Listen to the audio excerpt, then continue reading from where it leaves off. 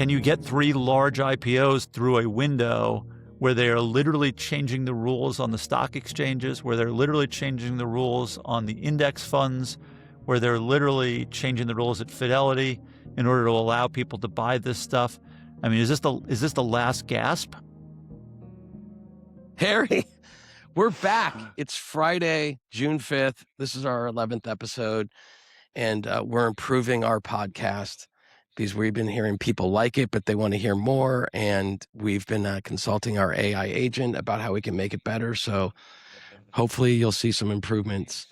And that said, I'm turning it over the cold open to my colleague and partner, Harry. Let's go. What are we going to talk about on this podcast? Thanks. I think we have a couple of different segments to, really go through here.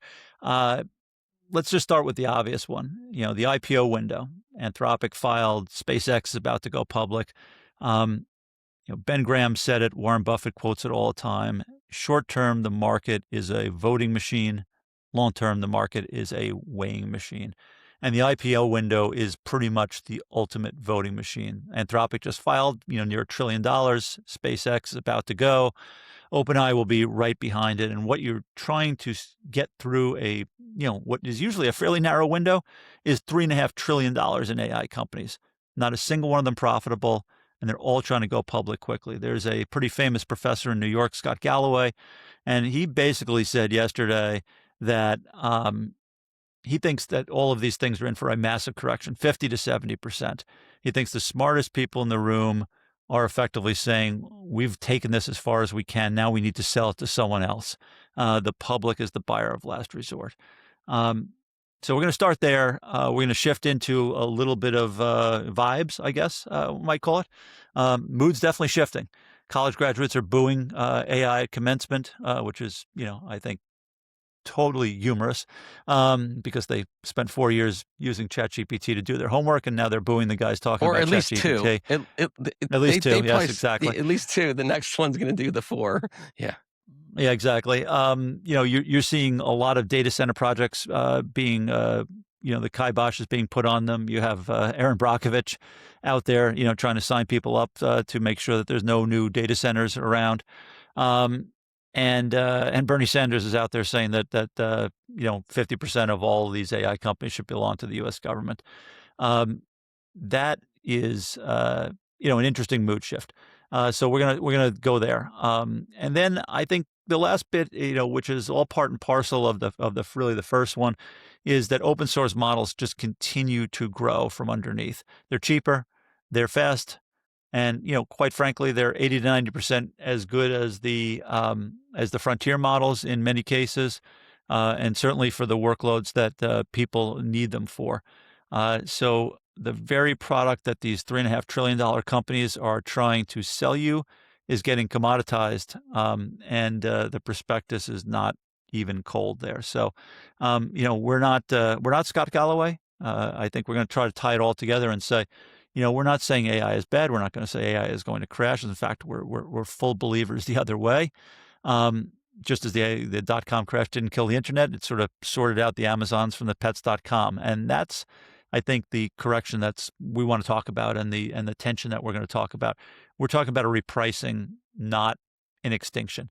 So, with that, why don't we get into the first segment here, which is really this sort of $3.5 trillion question. You have 3 of the largest frontier companies, Anthropic, OpenAI, SpaceX.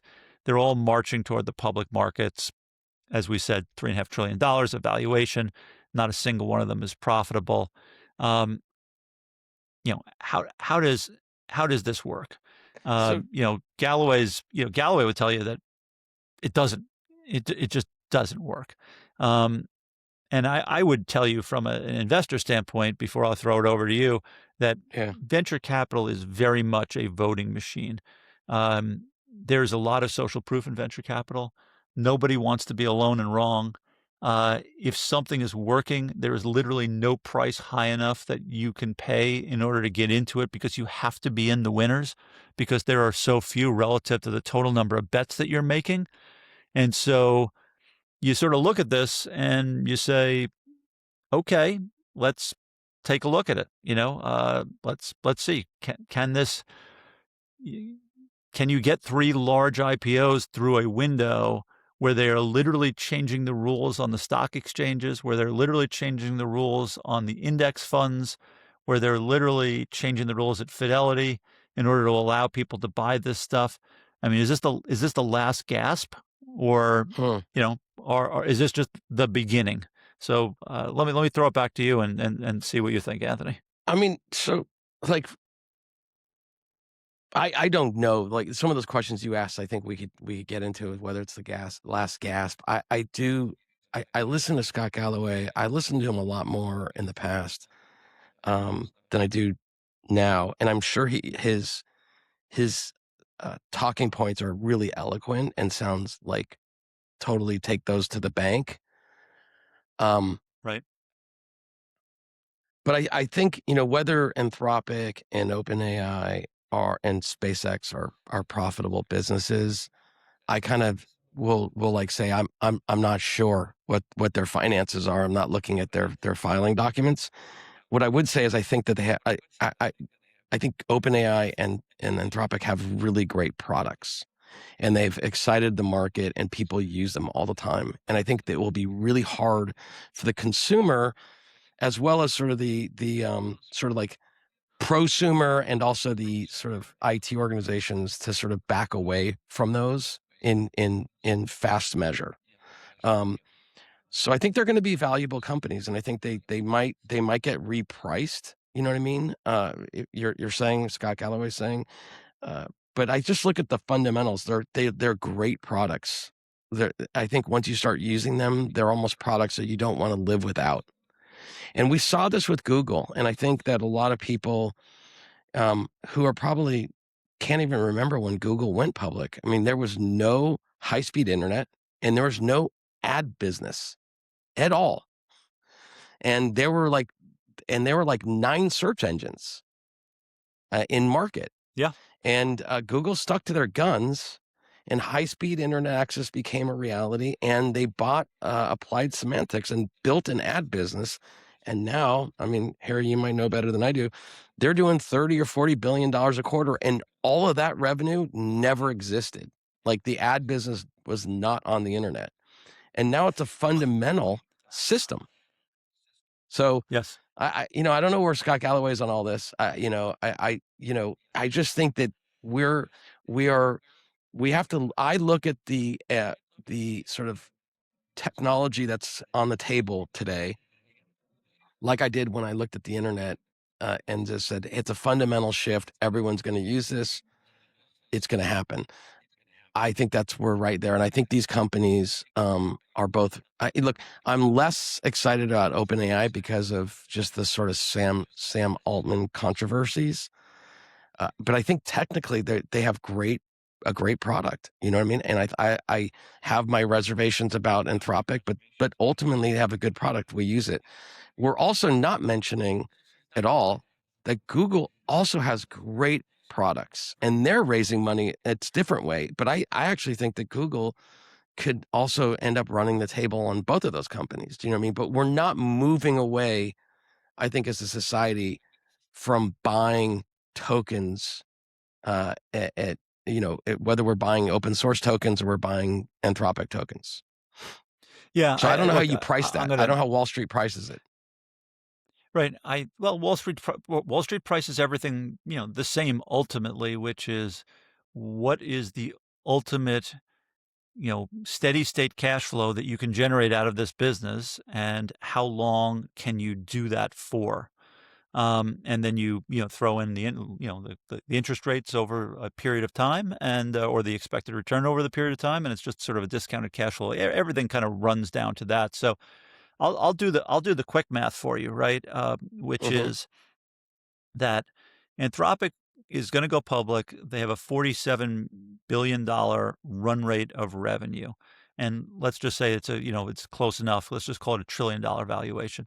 If you want to generate, call it 20% returns over a couple of years, that needs to turn into a $2 trillion valuation. In order for a company to sustain, let's say, a $2 trillion valuation, you ultimately probably need something like $100 billion of free cash flow.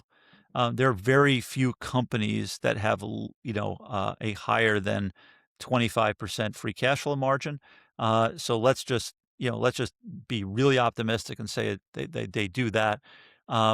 They need $400 billion of revenue, and they probably need $500 billion of revenue between all the CapEx and everything else. So that's a so 10x. the You're saying they have to see, do 10x. yeah, they have to 10x their revenue, in order to justify today's price. You have to believe that they're going to 10x their revenue after them 10 to 15x their revenue over the last, year or two. Now, the company didn't exist 5 years ago, right? I mean, or barely existed 5 years ago. So, they've gone from 0 to almost 50 billion, and now you have to make the bet that they're going to 500 billion. You always But talk about numerators and denominators. Denominator being is the pie growing, is the number of use cases getting larger.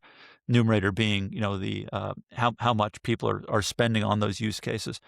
And I think that we have one phenomenal use case for AI, which is programming, and coding, software development. and that's where all software development. That's where all the revenue is coming from. These days.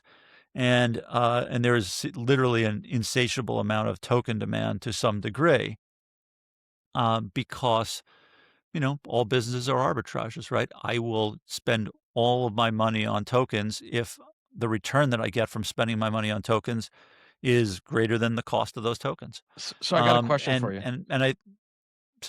Yeah, go. I got a question for you. So so just taking Anthropic, not they're at 50 billion, and the question is like, can they 10x or 15x that to get to 500 billion, considering the prices stay constant? The question really to me is that in that numerator is there going to be 10 to 15 or 20 or 30% more demand from consumers and professionals for intelligence? And can they gobble up that? And I guess what I say is, let's go back to 94, 95, 96, when the internet was just starting. Could anyone believe that there's going to be, 100 or 1,000x more demand for internet in 95, 96, 97? Do you know what I mean? And I think that, maybe I take a counter argument to Galloway. It's like, I think that there's going to be easily 100x to 1,000x more demand for tokens. Therefore, if that's the denominators growing, can Anthropic take their percentage and grow? And I think it's absolutely possible. I do not think that we're not going to have a society of modern businesses that are not going to have these intelligence systems plugged into it. Right now, you just said coding's the first one. The reason why coding's the first one is the coders are early adopters. They generally see where the puck is going before everyone else. And I'm saying Anthropic's is not a red herring. It's actually a canary in the coal mine. It's saying, we're going to go here. We're going here. Yeah, and I'm going to give you the counter argument to that, which is, right on. Can you name the companies that have more than $500 billion in revenue in the world today? No, you can't, right? I can't, because it's you actually you can, the top two, and you've shopped there, right? Amazon and Walmart. Amazon just surpassed Walmart, and they're up in this like the 700 billion, 600, 700 billion dollar range, and then like the state grid of China or something like that is is like the next company, and so it is I mean, it's just. But, that's the largest utility provider in the world. So I'm just saying that when you're thinking about these things, you're literally saying these are software tools. Effectively, they're software, right? They're delivered on a computer. Yeah, they're software. And in order to justify today's pricing, you need to get to $500 billion, and there's only 3 companies on Earth that have got to $500 billion in revenue so far. And then you Amazon have to do that was not hated. only for But for a long time, remember Amazon, people hated Amazon. They were like, they don't make a profit. They don't do shit. You know what I mean? And now people that have bought Amazon, when people were speculating that their margins are 3 or 4%, that they're going to be stuck with a a nothing burger. I mean, I think people are looking back and going like, no. So I think, but I'm going to put it in your terms though. yeah. If you think about the numerator, Amazon started by selling books, and they started to sell CDs, and then they started to sell bath towels, whatever else they sold. Everything. And then they started this, AWS business. And, ad business. and I think that's when, people really got down on them when they basically said, we're going to just keep spending on the AWS business and there's no return in sight. And then all of a sudden there was, it flipped and there was a return in sight. I think the issue is simply that they sell physical goods and they sell digital goods, and therefore they are able to sell, an enormous amount of the number of people that they can touch that will spend a lot of money on them is almost infinite. It's all of you, it's every consumer in America could buy something on Amazon. I can't even imagine that there's someone who can't buy. I think there's lots of people that will not spend a ton of money on AI simply because they don't have the use case for it outside of replacing Google. I think people are still using it that way. I'm not trying to be negative because look, you could pry, Claude from my cold dead hand, right? I mean, at this point, no, I know it you're is, just it is something that like, and I'm not even trying to be argumentative. I'm just saying that if I have trouble making the case for one of the companies, then if you have to make it for 3 of the companies, I would not want to be the third company through the IPO window. I think that if you're SpaceX, it's a fundamentally different story because you're not really saying that I'm going to be selling intelligence or inference. I may just be selling cloud services, and it's not just cloud services. It's really cloud services. It's above the cloud services. Yeah, they're putting the cloud in the cloud. It's they're putting it over the cloud. And like we've said, Elon's the only one who can do that. The only other guy who could do it had his rocket blow up on the pad the other day. Rockets are hard, to quote Elon. Horrible. But you're talking about that's 3 a different business. Yeah, but you're talking about the general IPO market. Can it swallow these 3 companies within like the next 100 days? And can those values hold? So, because you'd said in the cold open, like there's a lot of people that are going to be, the public's the buyer of the last resort. Can you buy at the price that's going to that they're going to open at, and will it hold? Because after all the employees sell, will it drop? And then maybe Galloway's right, and maybe it drops back down.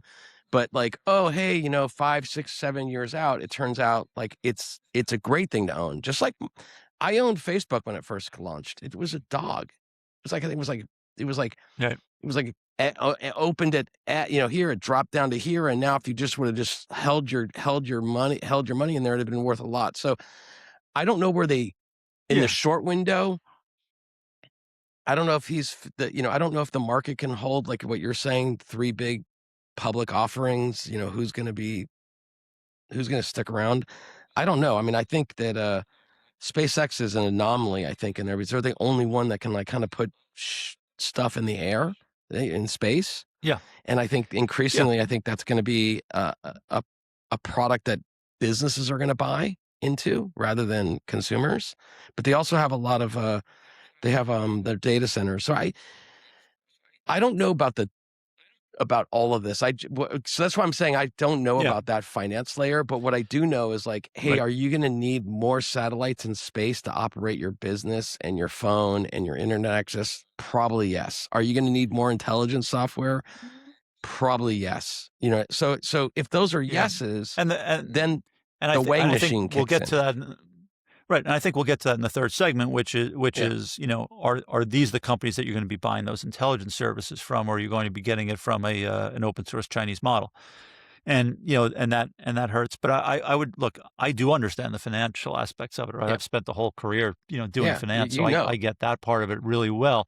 And the truth of the matter is that and this is why I said I wouldn't want to be the third guy through the window. Is that I agree with pretty much everything you said, which is these companies are absolutely world-changing companies. AI is a world-changing technology, or computer science, whatever technology, we'll just call it. It's going to be the standard from here on out for the rest of our lives and for our children's lives, and then maybe the next thing comes along. So I don't think there's any doubt about that. But what we've seen is that it's incredibly capital intensive. And if you go from if you need, let's say, $300 billion to build it out, if you're a single company and you need that much in compute, because you do need those data centers in order to go from the revenue today, let's just call it the $50 billion of Anthropic revenue. If you need to get it to 500 billion, your existing compute is not going to do it. You're going to need more of it, a lot more of it.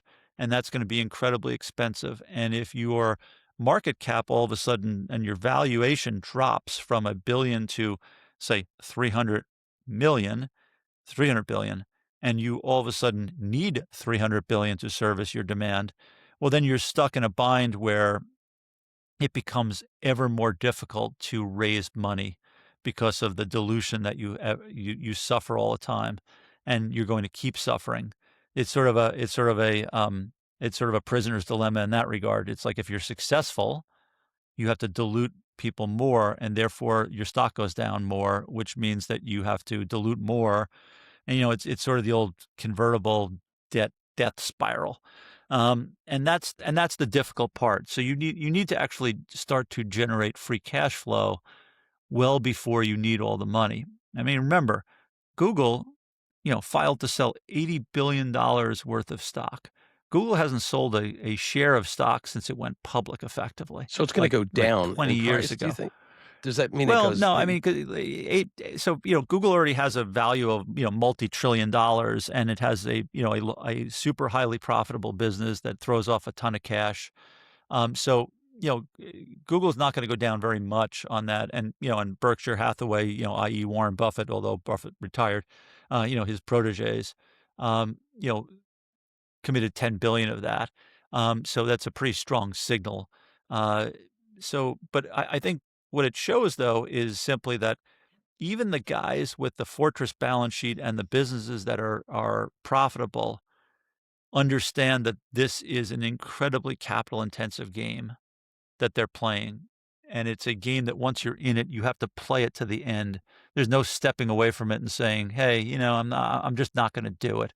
You can be Zuckerberg and you can say, hey, I lost $100 billion on the metasphere and I'm going to move away from it.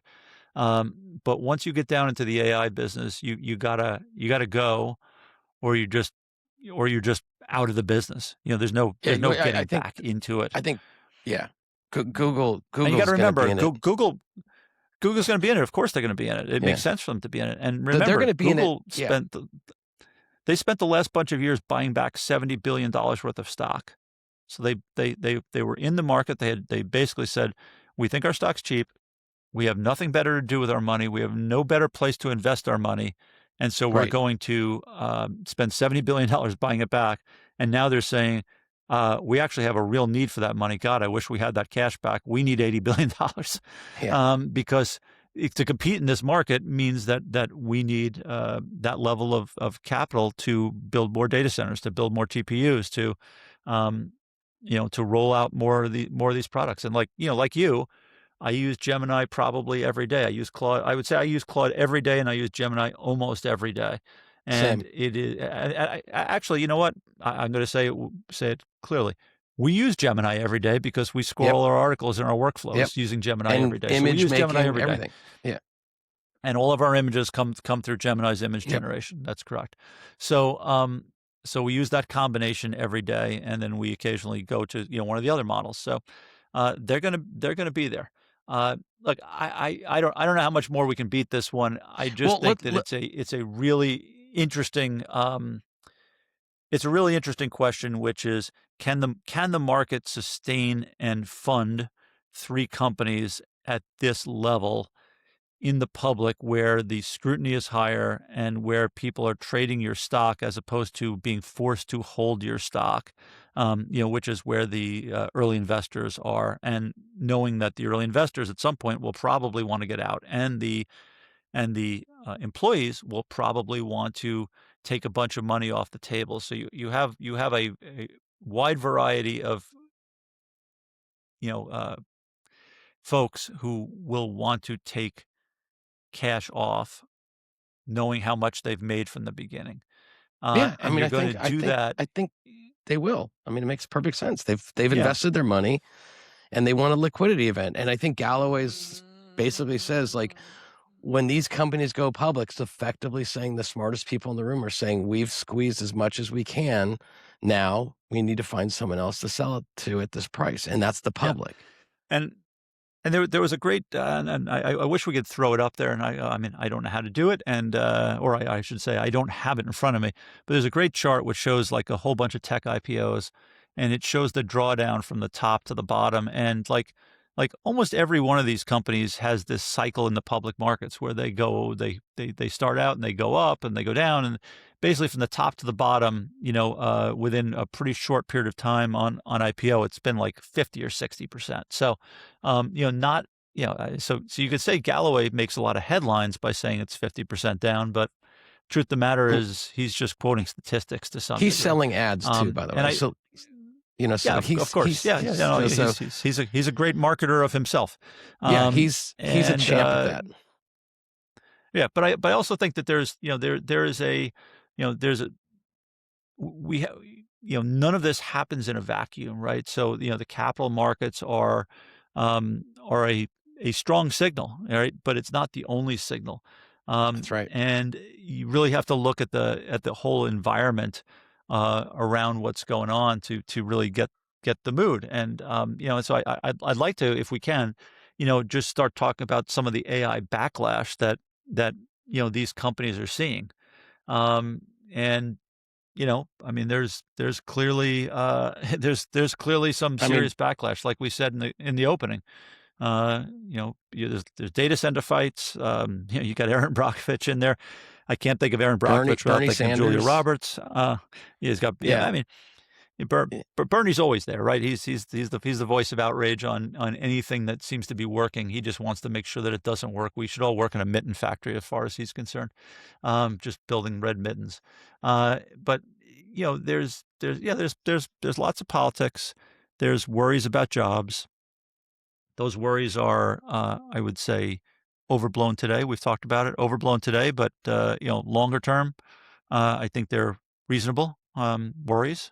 That the job you're doing today may not be the job you're doing in 5 years, and that's scary to people.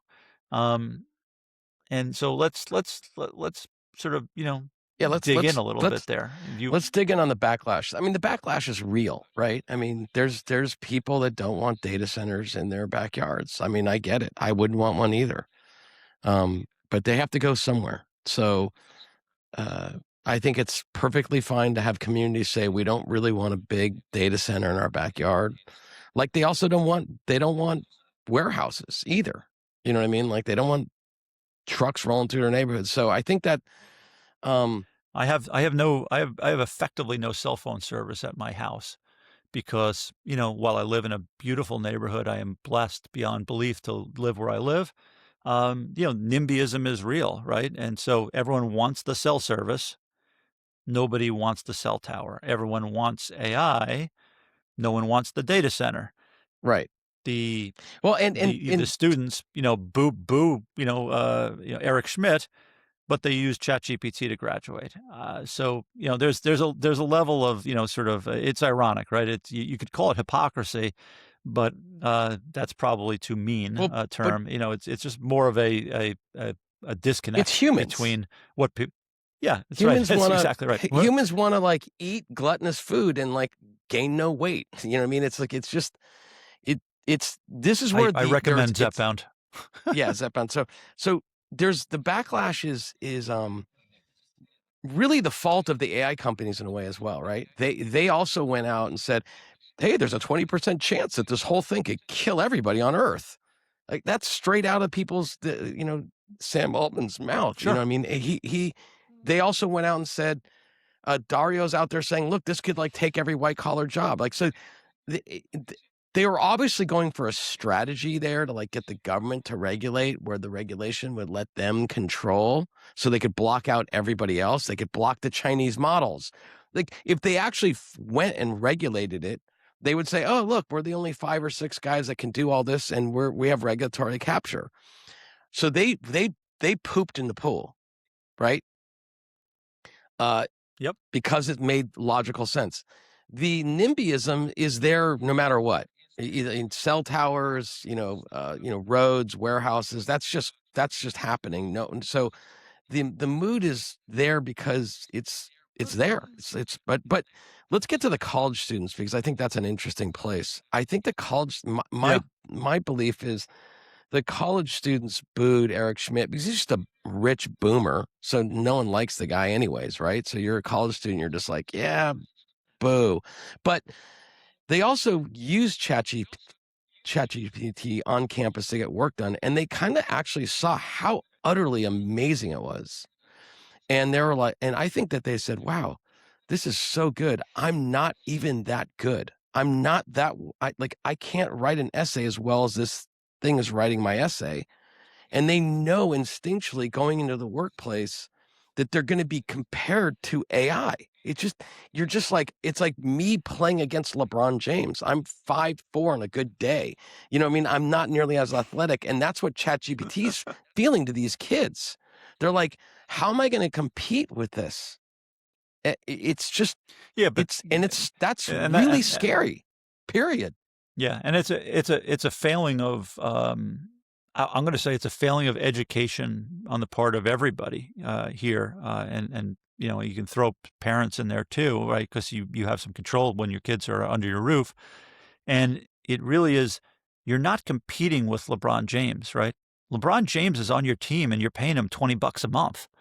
I mean, that's the reality. You can learn anything. You can learn everything. You can harness LeBron's skills and you can dunk on everybody who's not harnessing LeBron's skills all day, every day. You can be the smartest kid on any given subject relative to the other folks simply because they're not going to do the work. They're going to just say, this thing's just smarter than me. Well, guess what? If you don't prompt it, it's not very smart, right? If you just let it sit there with a window open, it doesn't do anything intelligent on its own. It only does intelligent stuff when you tell it to do intelligent stuff. Therefore, you're in control of it. It's sort of like, having so you could be like, I'd say like, let's say my wife who is, 5'2" on a good day, right?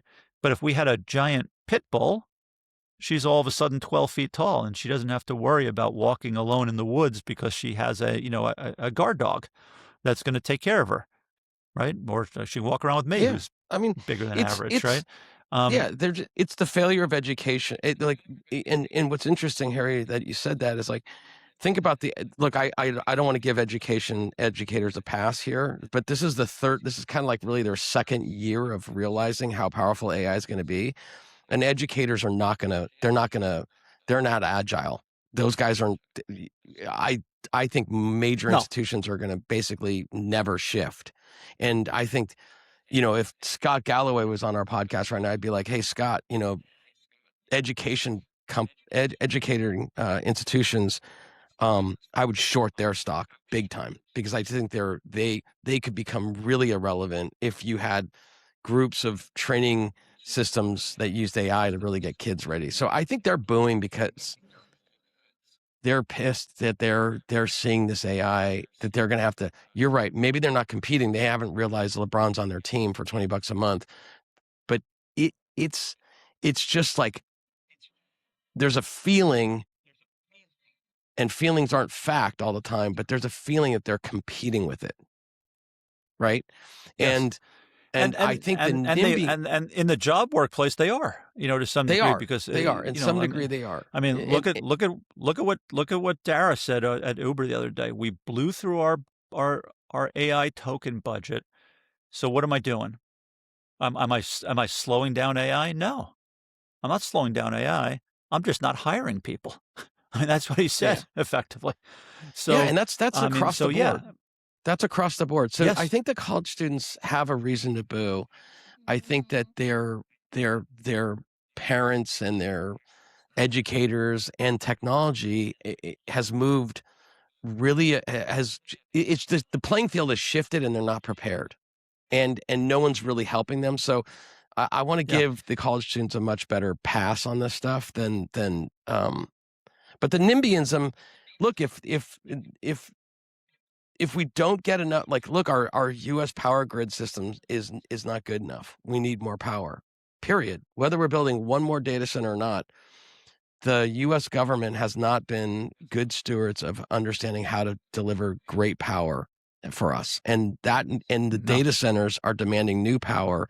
And if that puts pressure on a way to like deliver better power for the country, I think it's great news. I understand that you don't want it in your backyard. So we need, and that leads us to like maybe Elon's right. Maybe you put them in the sky. Maybe data centers in the sky are actually really work. That's so. Um,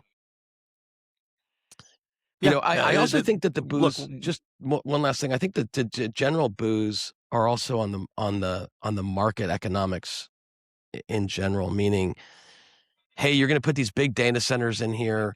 That all that value is going to accrue to 10 executives, 100 executives, and we're going to be left with this massive industrial complex in and around our neighborhoods, and we're not going to get. There's no real value for us capture, and where you hear Bernie Sanders saying like, well, we should have a wealth fund and we should own 50% of these companies. I think that's totally socialism. But I'm not against the notion that if your community is putting in a data center for Anthropic or for Amazon or for anyone, it's like, it's very American and very entrepreneurial to say, give me a piece of it. Let us have some of the upside. right, I think yeah, that's fine. Negotiate it. yeah. Yeah, I mean, I mean, there's some bunch of interesting data points here, right? Like 7 of 10 people oppose data centers being built. You've had $41 That's billion Gallup. dollars of investment blocked, um, or delayed. $64 billion worth, delayed or blocked, I and it's watched the bipartisan. interview. Did you see the interview with that investor from Shark Tank? I forgot his name. Yeah, yeah, Kevin O'Leary. Yeah, I saw the interview. I think it was I think I saw a clip. Maybe he was talking to Tucker Carlson or something. I saw it on YouTube. And look, if I'm a member of a community and I'm seeing Shark Tank guy basically talk the way he did about his business, I'm blocking him. It was just tone deaf to the citizens that are going to end Yeah, up getting this. So if this segment's about vibes, that guy, the AI companies pooped in the pool, and then Kevin O'Leary did too. It just yeah. left me going like, yeah, I don't want that guy to build a data center in my neighborhood. You Look, know what I mean? I think you have, I think you hit on a good point, and this, this really gets at the vibes side, right? Which is students are coming out of college. They have the opportunity to, have LeBron on their team, right? They have the use of these tools, but at the same time, those tools are sort of hollowing out their entry-level jobs. They are maybe $100,000 in student debt coming out. They were promised that if they were good high school students and they got a degree from a decent place, that they would have a good life. And it's turning out to be false. College costs have spiraled out of control ever since the government decided to back student loans pretty much unequivocally with no questions asked. You can never discharge those debts, not even in personal bankruptcy.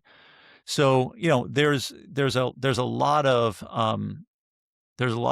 anger that comes out of that, and it manifests in guys like Bernie Sanders. It manifests in guys like senators or congressmen like AOC. It manifests in people like the current mayor of New York City, in Mamdani, where he gets the youth vote out who are effectively disaffected, and tells them that he's going to make it better. Now, I think we would both argue that they're just using the anger to gain power themselves, and there's no chance they're going to actually do any of that stuff. But it it doesn't. We're not here to debate socialism. It doesn't really matter, right? The fact of the matter is that they're The booing vibes are Scooter the Braun, vibes. who used. Yeah. Yeah, the vibes are the vibes. They're booing Scooter Braun, who used to own, Taylor Swift's catalog, and maybe they're booing him because of that. It wasn't Either Scooter they don't Braun like though that Taylor, they were or booing. It was a different guy. It was no, a different guy. they booed Him too? Scott Borchetta. Sorry, Yeah. yeah, Yeah. sorry, Scott Borchetta, who owned Big Machine, Yeah. and they'd boo Scooter also. Yeah. Any rate, and he just sort of stopped his speech and said, "Listen, this is Deal just with it. reality. Deal with it." Yeah. And they booed him It's very harder adult. as a A result. very adult way of Yeah, telling the kids. Yeah. they don't want to deal with it, right? It's like that's not what they were promised. They were promised something better. So the Yeah. vibes are the vibes, and the politicians are going to use those vibes to to do what they do, right? Which is to get more followers effectively. Yeah. I mean, And I the fact think that it's I think non-bipartisan is the really scary thing. And look, you can, I think part of, again, why we started this podcast, part of, the stuff that we tend to do is, look at the world and say, um, we, uh, we really have seen a lot of stuff, and a lot of things, it may not be the same, but they, it kind of rhymes or it looks similar. And, you can go back in history and look at wealth concentration, and it doesn't end well. There yeah. has Well, to like the be, yeah. you can't take away hope from people. And I think that's the way that a lot of these students are feeling, is that they don't really have hope for a great life given what's going on. And then they see, Elon Musk's a trillionaire. Yeah, that's the thing. And I you think sort of there's look the, at the, it, the and dichotomy of like it's you have all these kids, which I think they, it's a real bummer that they have like a no hope. I find that to be, especially sad to hear, and whether it's true or not. But uh, if their hope is low and the valuations are peaking, that's a problem. Like that sort of that's the disparity, I think, is the problem. So, the social mood there's is yeah. changing. It's from our research, it's not red against blue. It's people are in the middle here are saying, hey, this starting to suck.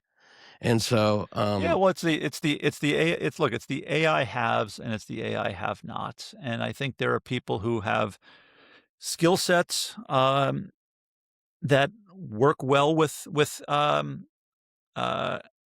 think it really works well with the with what's going on in AI. As you know, I have a daughter who works in interior design, and her first job out of college, she generated something like 20 or 25 different GPTs that she used with ChatGPT to do her job better. People with agency, people who are willing to put in that work and try to figure out workflows that work for them, are going to be at an enormous advantage. People who got in early on these companies are at an enormous advantage. They have built generational wealth in 2 years, in 3 years. It's basically like you have probably, lottery. They I'm won going to the say, lottery. 10,000 lottery winners. Yeah, that's exactly where I was going. Yeah. It's like you probably have 10,000 lottery winners, and some of them are now small governments themselves. And then you have literally everybody else. So, my other daughter, as you know, lives in San Francisco. She's got a master's degree in aerospace engineering, works at a big company, works at Lockheed Martin, builds satellites. Her boyfriend, who she lives with, is a chemical engineer, helps run a very large plant that does diesel fuel and jet fuel made out of sustainable, basically biofuels. The No two of them lottery tickets together. there. Yeah.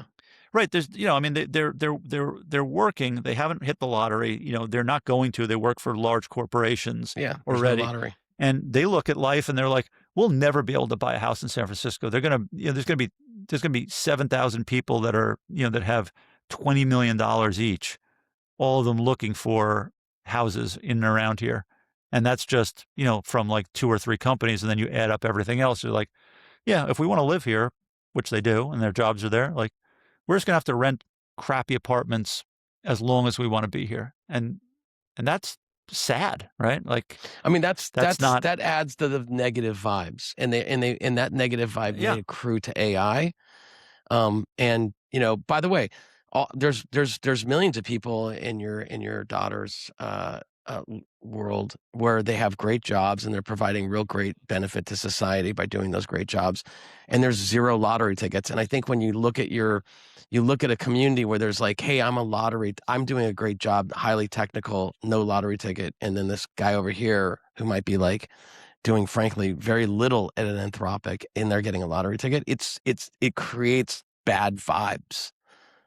And I yeah, think that's and and, where and the bad vibes are coming from. It's like yeah, it sucks for a absolutely. lot of And people. if and I look at that and I say, like, if my daughter and her boyfriend are feeling that, right, and these are people who are, by any measure, incredibly well off. They have great jobs. They make lots of money, doing those jobs, relative to the average person in America. Um, and they're feeling kind of screwed. I mean, how does the average person, how does the average voter, feel? Um, and it's a lot worse, right? Yeah. It's a lot worse. Uh, yeah, so So the other anyway, before we close out this segment, I think there's another vibe note that's sort of latent in the space. I was very active in creating the social media space back in the early 2000s, and we really didn't know how insidious it was going to be. Um, and I feel like we're living in the world of we live in a world of social media as a control plane in our lives. And if you have to be very media literate to understand what's fake or what's not, and how to really just deal with social media, I feel a lot of people are saying, "Oh my God, this AI thing's coming, and it's also going to have another layer of control plane on us that we can't put our finger on in a social way, but it's going to happen, right?" And you can't really put it. yeah, You can't. No one can really say, "Oh," but at some point, someone's going to own the models. These people are going to own the models, and they're going to own what intelligence means and how it's and everyone knows that, "Oh, I'm going to be underneath that." So the way out of that, which is the next segment, is there's a whole open source world of models. They're gonna arrive and um and compete and thrive. And what I think a lot of people that are listening to this podcast don't understand is that the it's imperative that we have an open source AI economy in order for us to sort of offer a counterbalance to the incumbent IPO technology companies. And some of the best AIs coming out of China, some of open source, and some of the Google also offers open source. Meta is competing on the open source stuff as well because um, they need to. They don't really have a product that can offer anyone anything else. So open source is going to be something I think could offer good vibes here and good opportunities for people, because I think that's an important yeah. technical point. You went kind of Mr. Roboto on me there for a second. Yeah, yeah, it's So okay. um, We're gonna be fine. My point is that yeah. open source.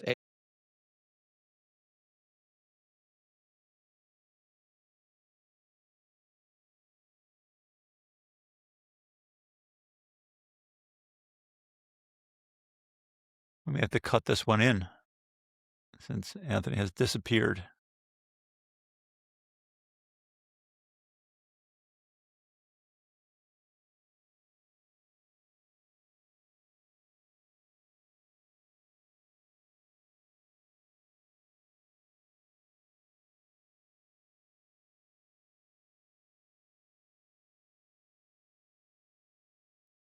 I'm back.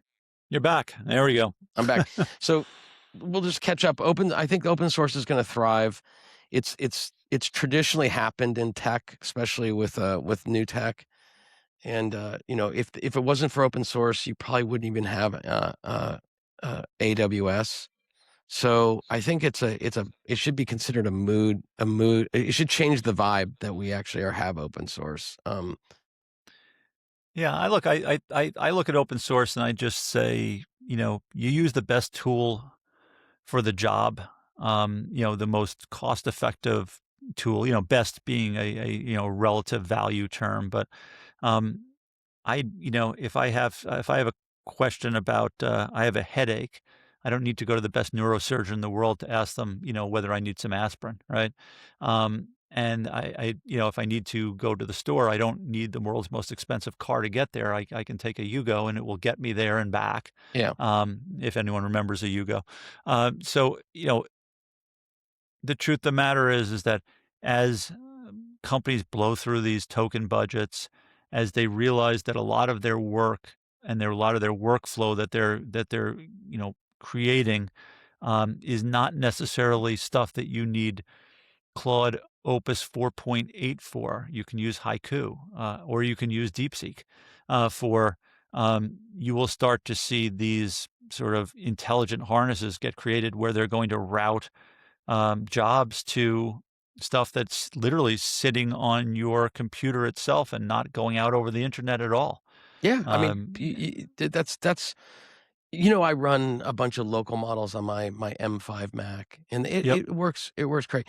It's not as polished as Anthropic, but it gets the job done. Like if you wanted to summarize something that your professor gave you, or you want to write, make your email sound better, you don't need to use any sort of commercial model. You could use an open source model.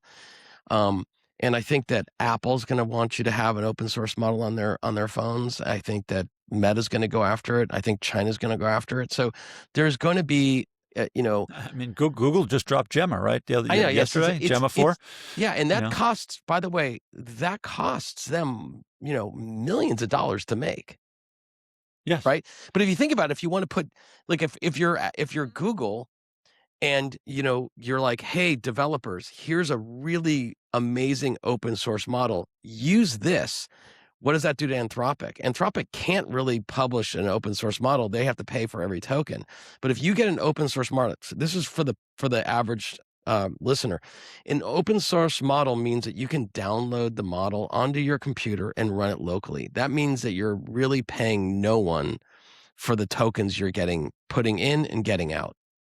So if you're a business, and you want to run, and you're doing, I don't know, let's say you're summarizing reports that are coming in from your field associates, and you're like, hey, I can't afford to spend, $1,000 a month on Anthropic or OpenAI. You can take Google's model, install it on a computer, buy a Mac Mini, and you can process it all locally, and you're not going to spend any. You're going to spend one-time costs on your Mac Mini and the power, and you're going to run this model. It's eventually those will be in cloud containers that you pay maybe $10 a month for, or $30 a month for.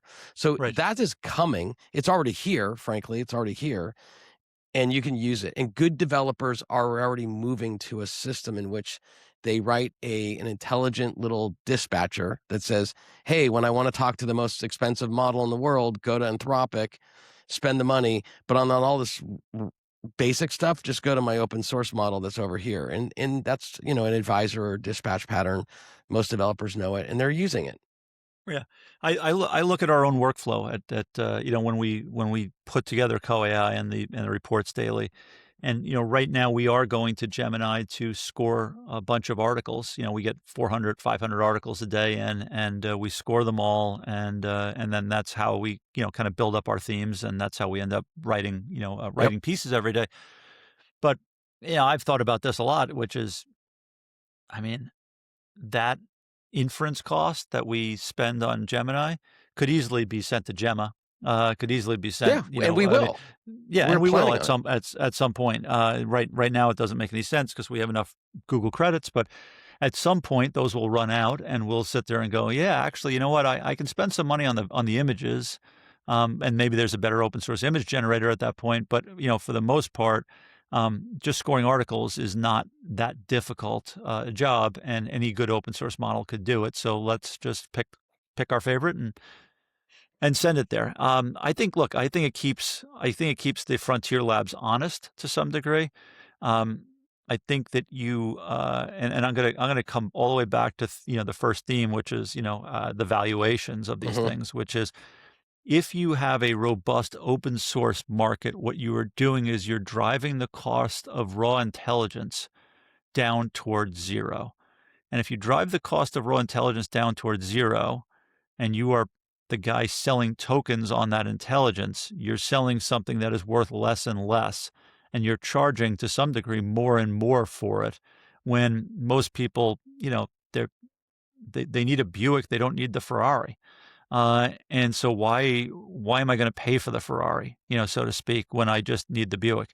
And I think what that does is it really makes you question how those guys can continue to increase revenue at the clip that they've increased it if people all of a sudden look at the non-subsidized bill and say, okay, my Copilot bill was, $300 last month, and now it's $3,000. And I can't do that across my organization. So I'm going to move that. Am I going to use less intelligence? No. I'm going to, I've now built that workflow. You don't go backwards. So I'm just going to find it cheaper. I'm going to find it more efficiently. And I think that's what you're going to see. And that puts a real cap on the revenue possibilities absent, in your words, increasing the denominator. You need to vastly increase the use cases for AI you have to grow the pie incredibly large. And the pie is going to grow.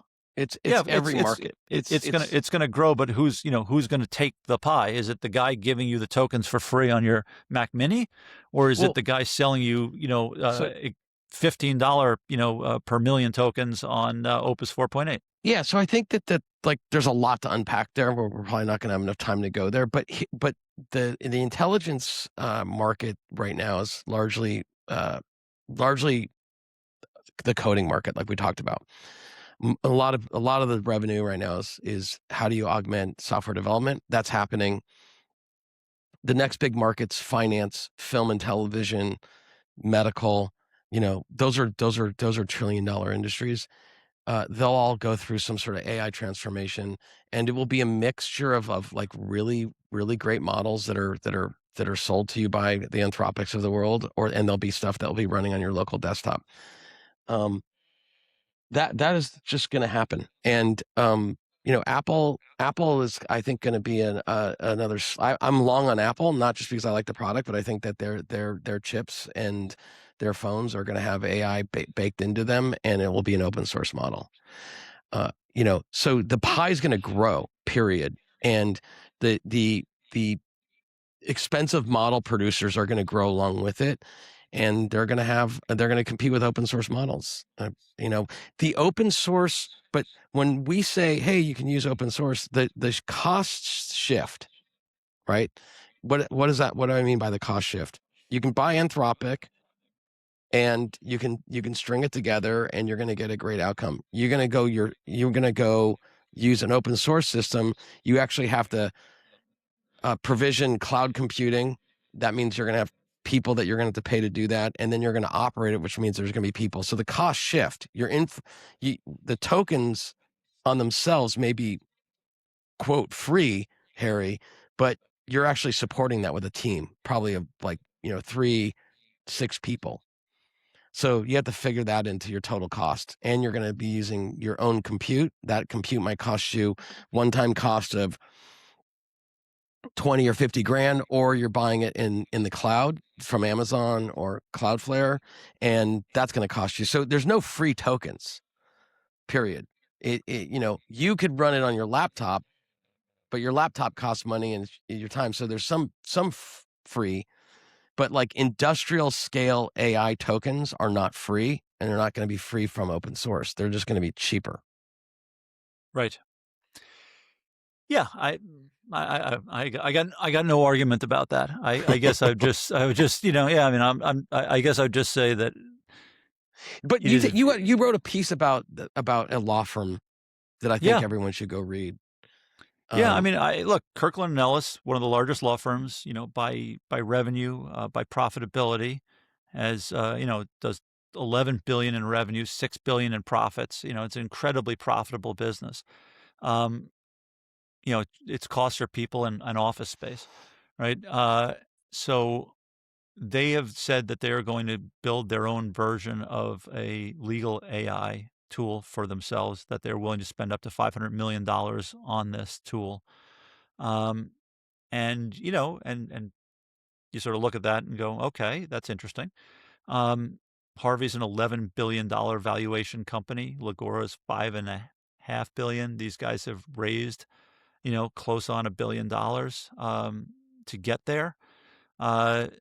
And interestingly, one of the founders of Harvey was actually on X the other day talking about what they're doing and where they're going. And I actually asked him a question. He responded, and he basically said that, look, we want to be the guys who put the if Kirkland & Ellis is number one, and you probably have about 20 or 25 of these guys that could build their own, below 25 to 125 or 250, like there's a large number of law firms that are not going to build their own, and Harvey is sitting there going, yeah, we'll build it for you. And Harvey was originally a sort of a wrapper around Claude, and now they've realized that they're actually getting charged by Claude, so they're like, hey, we got to get off that. And they're and they've very publicly said, we're now moving to open source models for a lot of this stuff, and then we're putting our models together, and we're going to help the next group of companies do that. But I think the real point of it is, when intelligence becomes free or close to free, what matters is your domain expertise. Correct. And your ability to harness that domain expertise and make it usable for everyone in your organization.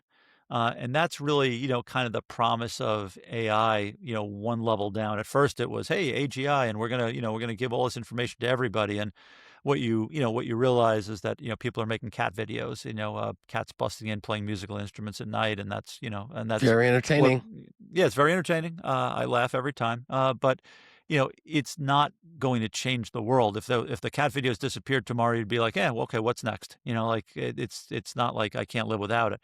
But if you're a corporation, and you have a history and years of experience, and tied up in your people, and those people walk out the door at night, and those people walk out the door and retire, and you have to train new ones, you're losing an incredibly valuable asset. It's sort of like when you die, your brain goes off, and all those experiences. It's like Rutger Hauer, at the in the Blade Runner. I've seen things you cannot imagine. I've seen fire ships off the belt of Orion, et cetera. The whole great speech where he says time to die, and I think all these companies are going to figure out a way to take all of their accumulated knowledge, all their accumulated insight into their industry, and put them into systems that will make the next employee that walks in the door instantly far more usable and smarter, because they will have all of that history. And so, the law firms are a good start on that, but it's not, it'll be doctors, and it'll, like you said, it'll be doctors, and it'll be lawyers, and it'll be accountants, and it'll be every industry. I mean, you'll have an AI system. Let's say it will be multimodal, and it will be open source and closed source, and your own source and your own stuff. And you could basically say, in finance, you could be like, hey, I've looked, here's all the quants I have, here's everything I'm doing. And you could say, what would Paul Tudor Jones do in this success? And you'll have all that data, and you could be like, here's exactly what they do, or here's exactly what the founder would have done. So you'll end up with these very, very specialized systems where an employee can actually talk with the body of data that corporation's had for however long it's been, and that Yep. hasn't been readily available to anybody in the corporation. And that would go for a doctor as well. A doctor will be able to say, I have this patient, here's all his information, here's all the information that we have right now on anyone that had that situation. What's the probability of these formulations and this sort of procedure we're going to do? What is the outcomes? It's like, it's going to be great. And that's where I think the pie is going to grow. And that's where I want the vibes to change. And I want the open, like in this whole podcast, we've talked about, these companies are going to be worth it. I think they're going to be worth it. I think the vibes, I think the AI companies did a disservice by pooping in the pool and telling them it's going to wipe out humanity and take all your jobs. The open source community, we need them to build great stuff. But remember, they were selling stock. They were selling stock, and they were also getting regulatory capture. Yeah. But I'm just generally a net positive on it, because I think the technology is going to be very powerful. Yeah. But I'm also not. I'm in that there's positive. going to be downside too. I mean, I'm not. Yeah, and I think you're going to see a roller coaster in terms of valuations and vibes and everything else. The truth of the matter is that, I mean, I don't know the first thing about Harvey other than that the co-founder tweeted back at me, right? Like, I mean, we've covered them in the past. We've covered them. I've seen the billboards, et cetera. I haven't used the product, but here's the thing: I guarantee you this, without knowing a thing about it, Kirkland and Ellis has more knowledge of the law and legal systems and deals and everything that it's doing than Harvey will ever have. And it has it in its building today. And so it makes sense for them to try to sort of consecrate that into an open source model that they control, rather than have to go out. The truth of the matter is that it's an imperative to me. If I'm a business owner, that's an imperative. That's not nice to have. For most people, like these LLMs, these frontier models, these they're unbelievable tools that have incredible breadth to them. I mean, just incredible breadth to them. But if you're in the business of selling ground cover plants to municipalities, which a friend of mine is, you don't need breadth. You need depth. And that's where the AI systems that they've built today fail. They don't have depth. They have what someone said in Reddit. And what someone said in Reddit is just not reliable when it comes to, saving lives or something like that, right? You got to bring your own data. What's in Medline or a textbook or, anything else. And so you really have to be, I think, incredibly careful when you are using the frontier systems that we have. They just happen to have great front ends on them at this point. They have consumer grade front ends. They're not the greatest, but they're better than anything else. But ultimately, we're going to actually get a combination of real expertise coupled with the humanity that the frontier models bring to the conversation. You actually feel like you're talking to another human in many ways when you speak to these, and they have their sycophancy problems, and they have, they have the same, they have a personality, so to speak. Like, and you talk to them, and you're like, okay, I see the same speech patterns, I see the same, and you notice it, but you don't really notice it when you talk to your friend, right? I said to you earlier, before we got on, hey, you use this numerator denominator term. You've been using it for 2 or 3 years. I don't know that I fully get it. Explain it to me again. But that's no different than talking to AI and seeing an M dash, right? Or like, and let me be honest with you here, because your framing is better than mine, which I see from Claude all the time. It's just a personality, right? It's a way of speaking. It's a way of communicating that someone has programmed in there, and it doesn't necessarily evolve. And then a new model shows up, and that changes. Yeah, and just to kind of wrap this up, as IT organizations and people become more mature with these products, they're going to realize how they can actually change the way everything works. And I think the open source will give you way more power than the closed source ones. And I think what the law firm's doing is the right move. And I think that will happen writ large in every corporation. And you'll see that that it's just will be a fundamentally way of running a business, whether you're a small business or a big business. So Yeah. we're coming up to the hour here. I think you wrote some really great newsletters, and I would encourage everyone to go read at least a couple of them at getcoai.com and sign up for the newsletter. Harry's been dropping what we call bangers of analysis, and we're going to keep getting him to do more of it. And we hope the podcast is getting better for you guys. You tell us in the comments. We'll be posting these things up, and reach, by the way, reach out to us. We're easily findable. So yes, we are. Reach out to us anytime if you have a question, comment, idea. Think we're full of shit. Like whatever you have. We're looking to engage. Always enjoy that. So yep. Join our podcast. We're going to start booking some people to come on here, so it's just not the two of us. We'll be the 3 or the 4 of us. So with that, have a great weekend. I know you're traveling. Safe travels. We'll talk to you soon. Thank you very much. Yeah, talk to you. Bye.